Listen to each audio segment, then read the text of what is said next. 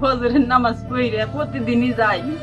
ওই দিন যাই দেখি কি রাস্তায় দাঁড়ায় দেখি কাগজটাও বাতাসে উঠতেছে, দেখে আমার সন্দেহ হয়েছে। একজন লোক যাইতেছে, মহিলা তার কবরস্থানে যাওয়া যাবে না।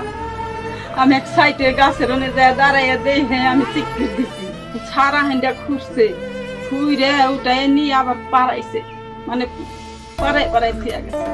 পায়ের নিচে যে ননে যে মাংস কিনে ছাইলা ছাইলা ফালাই থিয়া গেছে, হেরা দেখছে, আমি তার দেখি নেই। এটা ঠিক নিজের লেখাপড়া নিজেই চালাইছে, বাজার সাথে আনছে। আর খালি জিজ্ঞেস করছে, মা তোমার কি খাবে না, তোমার ইচ্ছা কি আমার খাওয়াও, আমি তোমার তাই না খাওয়াবো। পৃথিবীতে দিন চলে যায় তখন আমার বুকের মধ্যে আইটা নিয়ে কয়, মা ছোটকালে আমার কখন কখন কবিতা আর ঘুম পারেনি, মাসি বেশি কবিতা কয় আমার ঘুমানাইতে, আমার তোমার ঘুমানাও, আমি আমার মনে নাই। তুই জ্ঞান দই যাস না, কয় ও মা আমি জ্ঞান দইছি। আমার বুক ধরে দইরে আমার সন্তান আমার পিঠ থাপড়ে থাপড়ে এই কবিতা দুইটা আমার শোনায় পরে কয়, মা তুমি একটু না কবিতা দিলে একটু না।